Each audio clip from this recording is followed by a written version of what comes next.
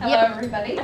I think a lot of you know that I'm Kate's cousin, but I think of Kate more as my sister.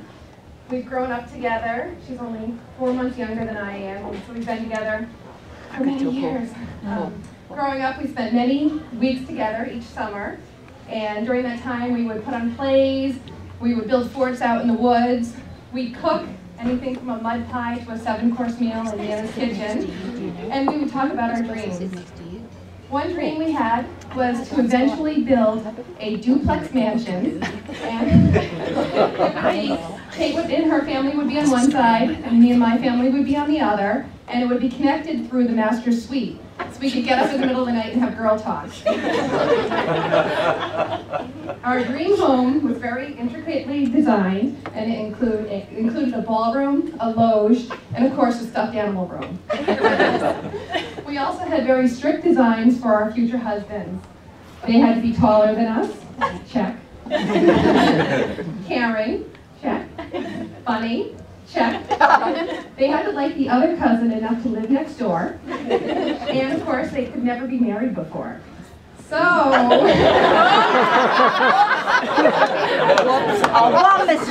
One mistake, come on. When Kate called me almost 4 years ago to tell me she met a very nice Australian divorcee via internet dating, I was a little bit worried. But I first met Matt on their second date. He actually agreed to meet up with me and my husband, Kate's co-worker, her mom and dad, for a walk around Waterfire in Providence. We kind of were a little scared because not many guys would agree to do that on their second date. But Matt did really well. He succeeded in political banter with my husband. He doted on Kate all night, and Uncle Danny didn't scare him away. So I have watched Matt and Kate grow so much together as a couple over these years. They've lived in Australia together. They bought their first home together. They adopted their first baby, little Trevor, who many of you have seen pictures of. And little Trevor has given them an opportunity to become parents, complete with potty training, separation issues for both Trevor and them. It's a dog. It's a dog. Let's clarify that for Nana. It's a dog. Now, Kate, I'm so happy for you today, and I've been completely honored to be with you this journey. And I've loved spending every minute with you and Matt and with your family. And I wish you a lifetime of continued happiness and love. And Matt, I want to officially welcome you to our family. Hey. You've proven yourself worthy of our dear Kate. And I just have 3 rules for you to follow for the next few years. Just 3. Just 3. Now, continue to always make sure Kate knows how special, beautiful, and loved she is. Number 2, make sure you take pictures at every family event. Okay. And number 3, start saving for that retirement duplex with Brian and me.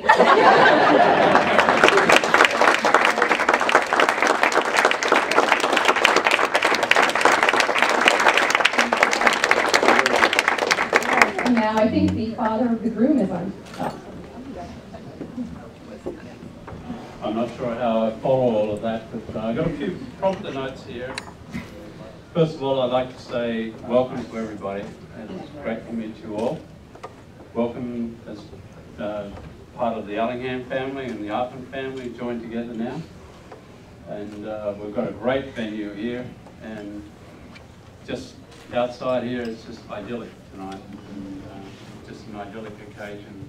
And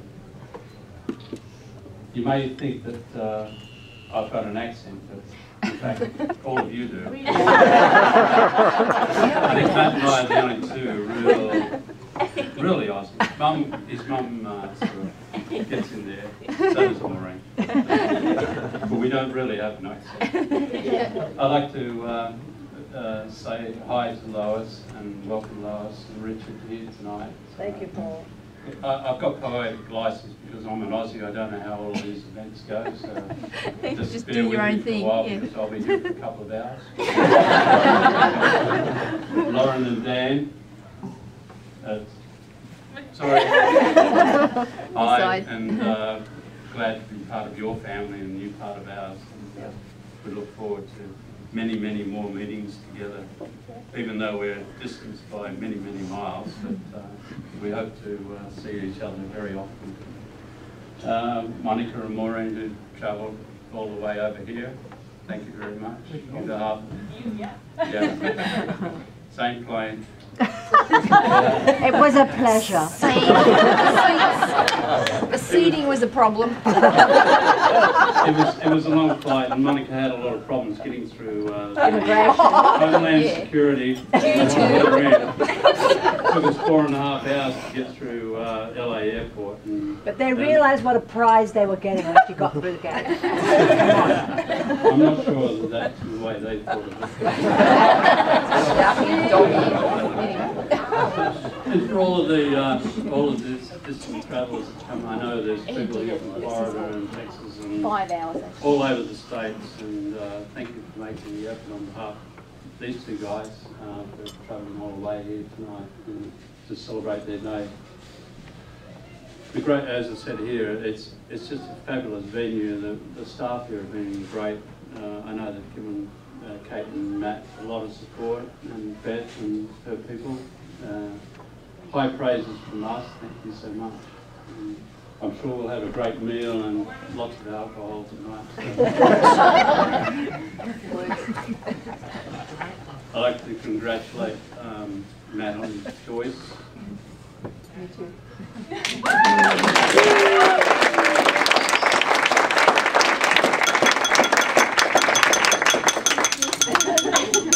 I've got this, I've got this. I remember back in Nelson Bay, where I'm from, back in Australia, trying to convince Kate she shouldn't marry him. But And then Maureen and I convincing you should. Yes.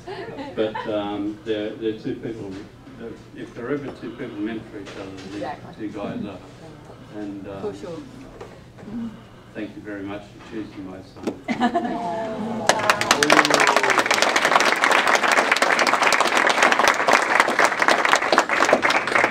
Vanessa, hi. My partner for the evening. Thank you so much. Thanks for looking after Kate, giving her all of the support tonight. My pleasure. You look great. Forgot Brian. That makes some It's space. out of the video. You had to tell me what a hot chick she was. Brian, you're in trouble. Yeah. He sent me lots of photos of family. I know many of the faces, never knowing who they were because they're just shots on the family. I don't know who looks at Matt's photos. Probably not too many because I think there are 29,000 on his website. But I do sort of click on it every now and again to catch up with what's going on in his life, and many of the faces here tonight are on that site. So it's good to meet you all in person. And if I don't get around to all of you, come over and say hi. And I'm still going here. So, I'd like to officially, on behalf of the Allingham family, welcome Kate as the new member.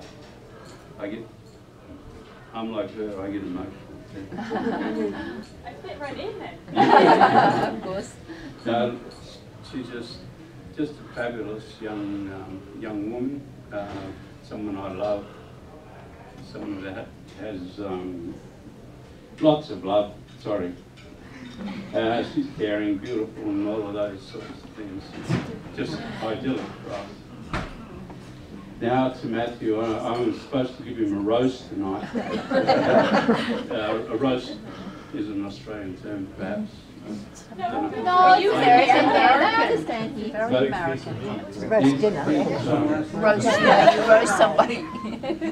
He's, as well as my best friend, he's my boy. Baby. Right.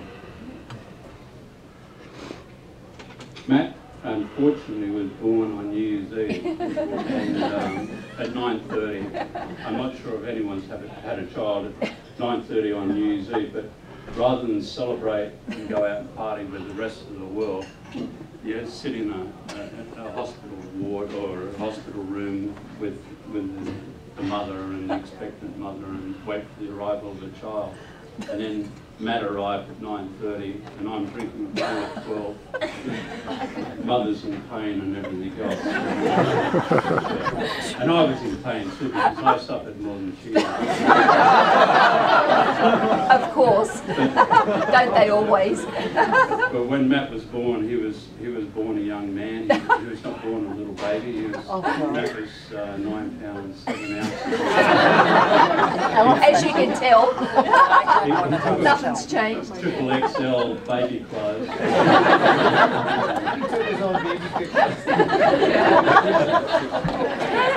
Okay, you got a problem. He was bald for probably 2 years. Oh, you got But he's been a blessing Ever since. to myself and his mum. He just a couple of things of interest to everybody who Matt probably doesn't want to share. They know most of it. I don't think so, Matt. Matt carries with him part of Australia because when he was very small, Monica and I used to do a lot of water skiing and Matt as a baby would fall along the water's edge with his cookies. We call them biscuits, but you call them cookies.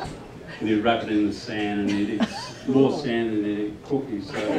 So part of his size is probably all mud. And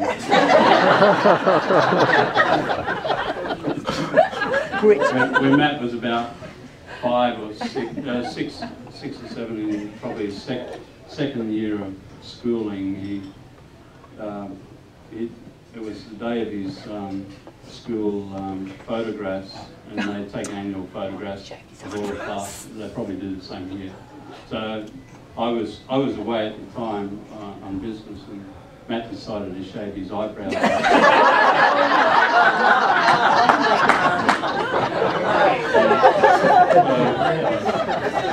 His mother discovered him without eyebrows, and she couldn't understand what she tried to refocus what was going on, but she found out what was missing in his life.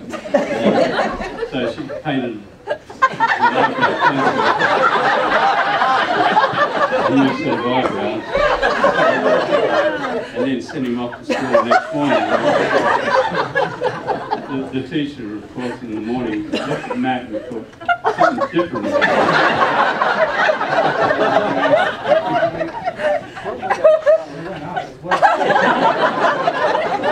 and they were probably red. And now he's just got one.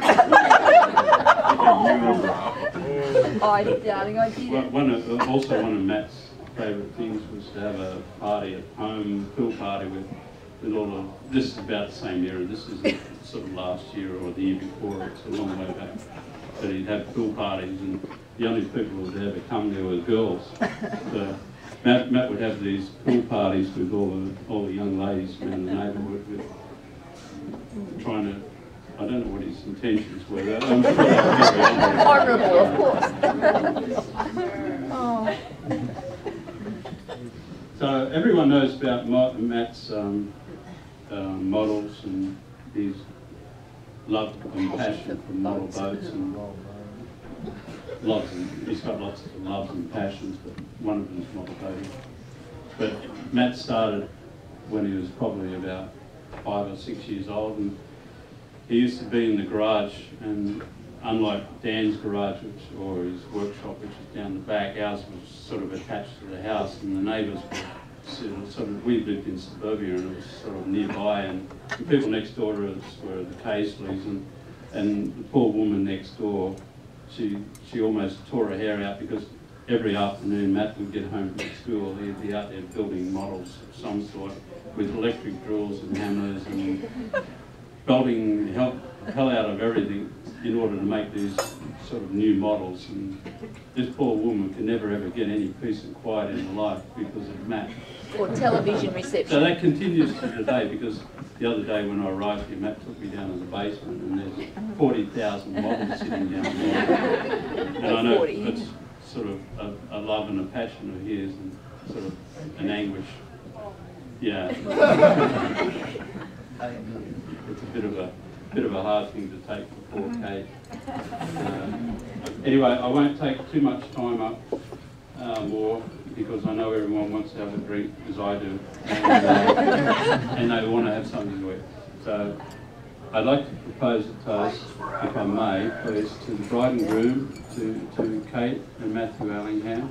May they have a long, happy and successful life together, and show all the love you can. Here. Kate and Matt. Kate and Matt. So I've finished.